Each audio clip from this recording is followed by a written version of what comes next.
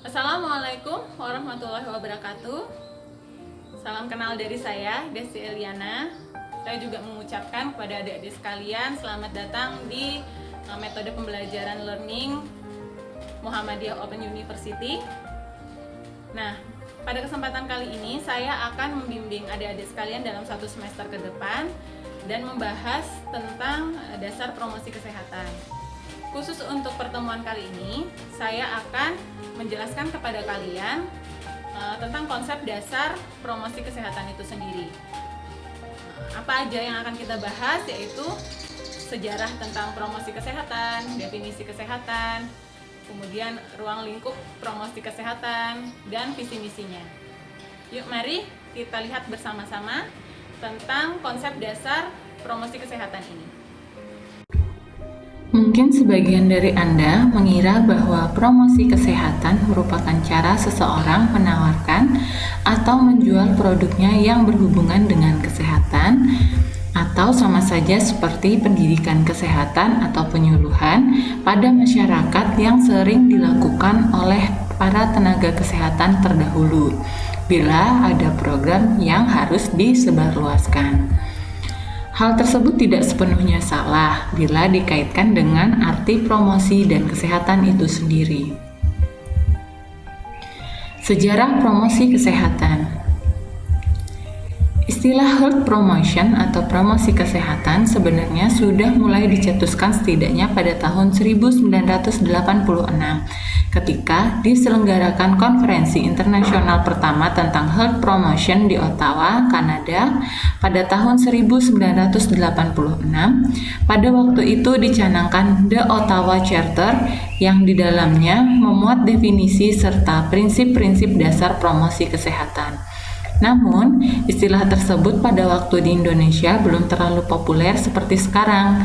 Pada masa itu, istilah yang cukup terkenal hanyalah penyuluhan kesehatan.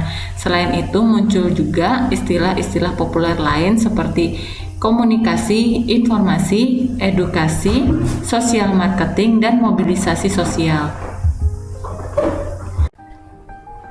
Selanjutnya, perkembangan promosi kesehatan di Indonesia adalah seperti uraian berikut ini. Yang pertama yaitu sebelum tahun 1965. Pada saat itu istilahnya adalah pendidikan kesehatan. Dalam program-program kesehatan, pendidikan kesehatan hanya sebagai pelengkap pelayanan kesehatan, terutama pada saat terjadi keadaan kritis seperti wabah penyakit, bencana, dan sebagainya. Sasarannya perseorangan atau individu, supaya sasaran program lebih kepada perubahan pengetahuan seseorang. Kemudian yang kedua adalah periode tahun 1965 sampai dengan 1975. Pada periode ini, sasaran program mulai menjadi perhatian kepada masyarakat. Saat itu juga dimulai peningkatan tenaga profesional melalui program Health Education Service atau HIS. Tetapi intervensi program masih banyak yang bersifat individual, walau sudah mulai aktif ke masyarakat. Sasaran program adalah perubahan pengetahuan masyarakat tentang kesehatan. Sejarah yang ketiga yaitu periode tahun 1975 sampai dengan 1985. Istilahnya mulai berubah menjadi penyuluhan kesehatan.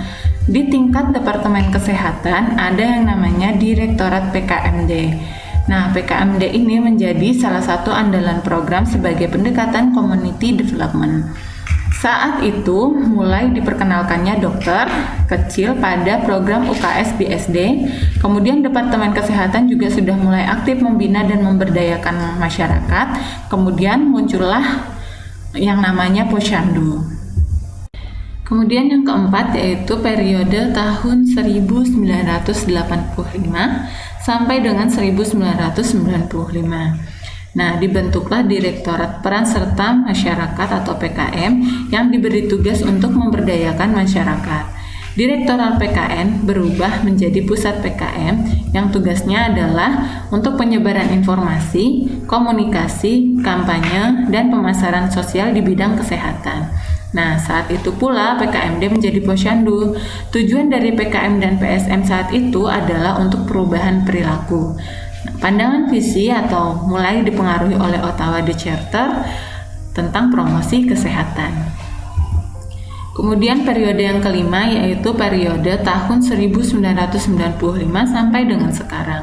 Nah, sekarang istilah PKM ini sudah berubah menjadi promosi kesehatan. Bukan saja pemberdayaan ke arah mobilisasi massa yang mencapai tujuan, tapi juga kemitraan dan politik kesehatan termasuk advokasi. Sehingga sasaran promosi kesehatan tidak hanya perubahan perilaku tetapi juga perubahan kebijakan atau perubahan menuju perubahan sistem atau faktor lingkungan kesehatan. Definisi kesehatan. Definisi kesehatan oleh Green and Critter pada tahun 2005 menyatakan bahwa promosi kesehatan adalah kombinasi upaya pendidikan, kebijakan atau politik, peraturan, dan organisasi untuk mendukung kegiatan-kegiatan dan kondisi-kondisi hidup yang menguntungkan kesehatan individu, kelompok, atau komunitas. Nah, dari definisi atau pengertian yang dikemukakan oleh Green ini dapat dilihat sebagai operasionalisasi dari definisi WHO dari hasil Ottawa Charter yang lebih bersifat konseptual. Di dalam rumusannya, pengertian di atas terlihat dengan jelas aktivitas-aktivitas yang harus dilakukan dalam kerangka promosi kesehatan. Sedangkan Kementerian atau Departemen Kesehatan Republik Indonesia merumuskan pengertian promosi kesehatan sebagai berikut, yaitu sebagai upaya untuk meningkatkan kemampuan masyarakat dalam mengendalikan faktor-faktor kesehatan melalui pembelajaran dari, oleh, untuk, dan bersama masyarakat, agar mereka dapat menolong dirinya sendiri serta mengembangkan kegiatan yang bersumber daya masyarakat sesuai sosial budaya setempat dan didukung oleh kebijakan publik yang berwawasan kesehatan. Kemudian visi promosi kesehatan. Berdasarkan beberapa pandangan pengertian tersebut di atas tadi, maka tujuan dari penerapan promosi kesehatan pada dasarnya merupakan visi dari promosi kesehatan itu sendiri, yaitu menciptakan atau membuat masyarakat yang mau atau willingness untuk memelihara dan meningkatkan kesehatannya, kemudian mampu atau ability untuk memelihara dan meningkatkan kesehatannya, kemudian yang ketiga untuk melindungi diri dari gangguan-gangguan kesehatan dan mampu meningkatkan kesehatan dan memelihara kesehatan yang berarti mau dan mampu mencegah penyakit.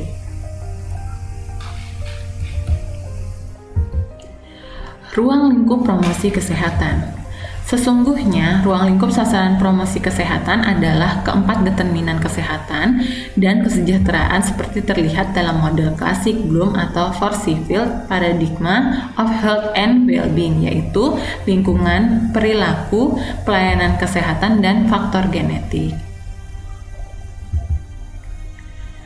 Sasaran promosi kesehatan. Ada 3 sasaran promosi kesehatan. Yang pertama adalah sasaran primer, di mana upaya promosi kesehatan sesungguhnya adalah pasien, individu sehat, dan keluarga atau rumah tangga sebagai komponen dari masyarakat sasaran sekunder.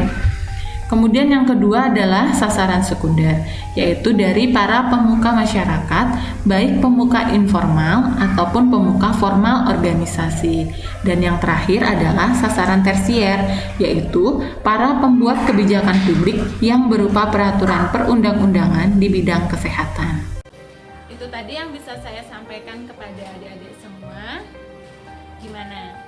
Menyenangkan kan sebenarnya belajar online dasar promosi kesehatan?